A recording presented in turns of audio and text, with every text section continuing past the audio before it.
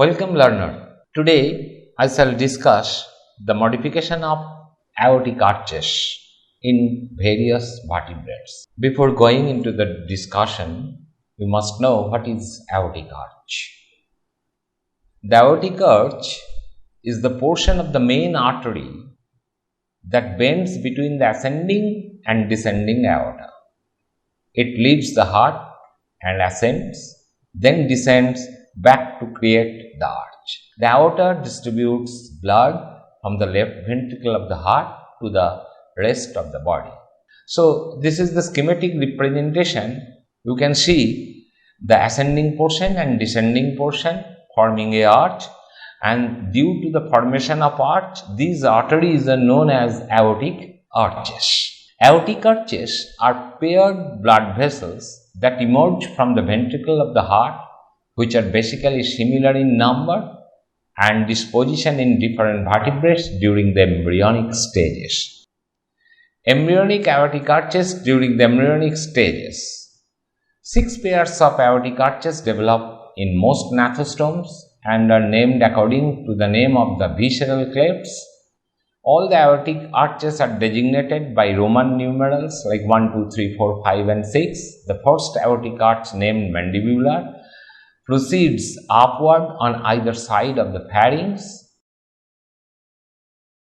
Mandibular aortic arch turns backwards as lateral aorta, which joins mesially to form the common dorsal aorta. The second aortic arch becomes hyoid arch. Third, fourth, fifth and sixth are called branchial aortic arches. Now come to the modification of aortic arch in different vertebrates. The number of aortic arch is different in different adult vertebrates, but remember, they built on the same fundamental plan in embryonic life. The differences in number of aortic arches are due to complexity of the heart circulation in the mode of living from aquatic to terrestrial respiration. There is a progressive reduction of aortic arches in the vertebrate series during the course of evolution. First come aortic arches in primitive vertebrates. In case of Branchiostoma, or you can say the Amphioxus, has 60 pairs of aortic arches. But if you consider the Petromyzon, it has only 7 pairs of aortic arch. And if you consider the Myxin, it has only 6 pairs of aortic arches. Now come to the fishes.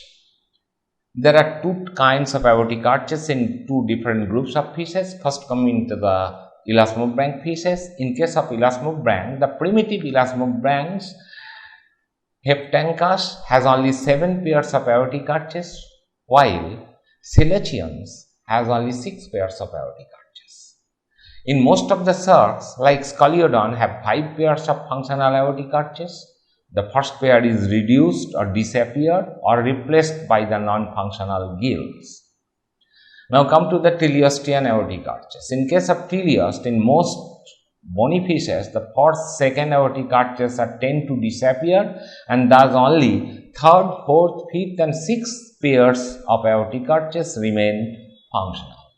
In polypterus and lungfishes, that means in dipnoi, due to the mode of living and respiration from aquatic to terrestrial mode, the first aortic arches disappeared, and thus there are third, fourth, sixth aortic arches which are functional.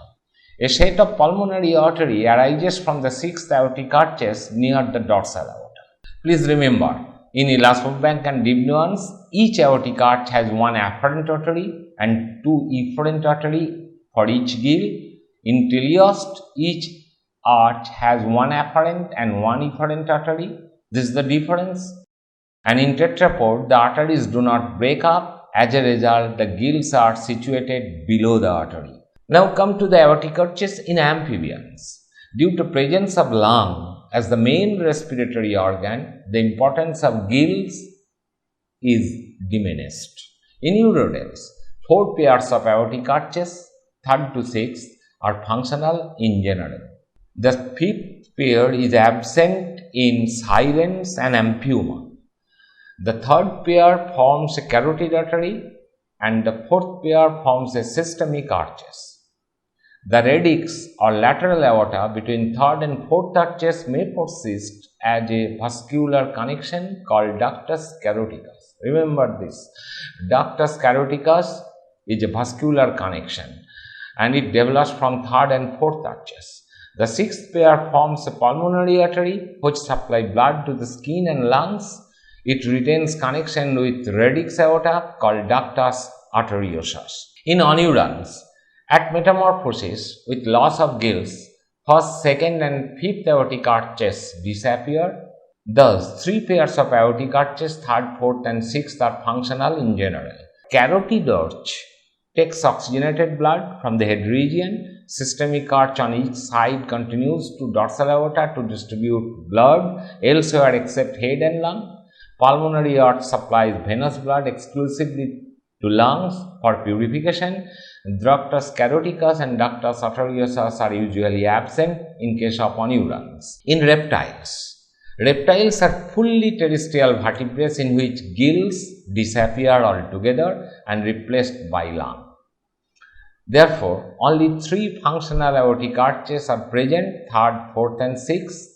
Right systemic arch, that is the fourth aortic arch, arises from the left ventricle carrying oxygenated blood to the carotid arch. Left systemic arch, that is the fourth aortic arch, leads from the right ventricle carrying deoxygenated or mixed blood to the body through dorsal aorta. Pulmonary trunk or sixth aortic arch arises from the right ventricle carrying deoxygenated blood to the lungs for purification. Generally, ductus caroticus and ductus arteriosus are absent in case of reptiles, but in certain snakes and lizards like uromastyx, the ductus caroticus is present, and in some turtles and sphenodon, the ductus arteriosus is present. Now come to the birds and mammals. Highly evolved animals. Birds and mammals are warm-blooded because in both ventricle is completely divided, so that there is no mixing of oxygenated and deoxygenated blood. 6 arches develop in both cases in the embryonic stages, but in adult only 3 arches, third, fourth and sixth persist. Single systemic aorta, right in case of birds and left in case of mammals, emerging from left ventricle and carrying oxygenated blood. Systemic aorta unites with the radix aorta to form dorsal aorta. Subclavian artery present on the left side in birds and on the right side in mammals. Third arch represents carotid arteries which arises from systemic aorta. Sixth arch arises from single pulmonary trunk taking deoxygenated blood from the right ventricle to the lung. Embryonic ductus caroticus and ductus arteriosus also disappears. This is the schematic representation in respect to the evolutionary sequence, the fate of aortic arches. First come to the fishes, first figure and second figure. In case of fishes, branches from ventral aorta produce aortic arches which divide into capillary beds within the gills. The part of the aortic arches delivering blood to the gills is called afferent branchial artery. From dorsal end of the capillary beds arises another artery called efferent branchial artery, which joins with the dorsal aorta.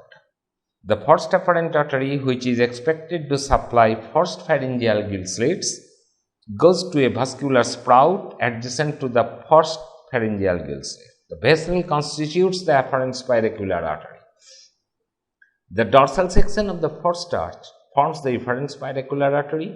The remaining aortic arches, that is second, third, fourth, fifth and sixth, complete the cycle.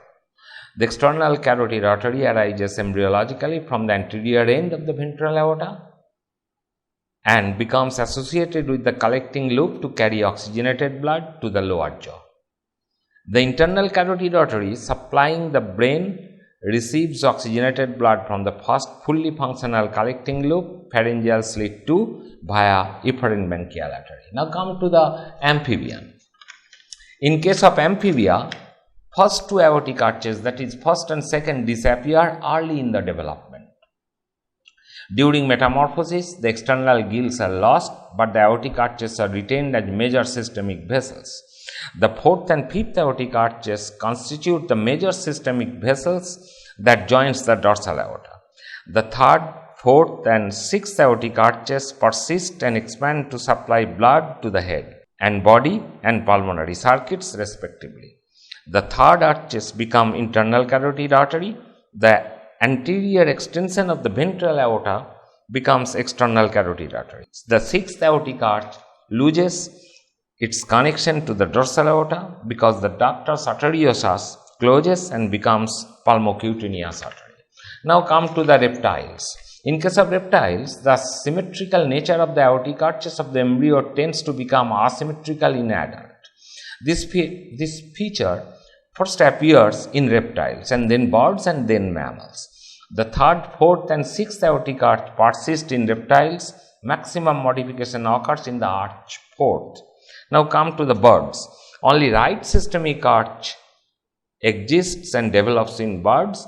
The basis of the right aortic arch, that is the fourth aortic arch, and the adjoining section of the right dorsal aorta from the right systemic arch during embryonic development. The right aortic arch third and parts of the neutral and dorsal aorta contribute to form the carotid arch. Now come to the modification in mammals, the last, the highly developed animals. In case of mammals, only three embryonic aortic arches persist in adult mammals: the carotid, pulmonary and systemic arch. Carotid and pulmonary arteries develop from same components as in case of reptiles.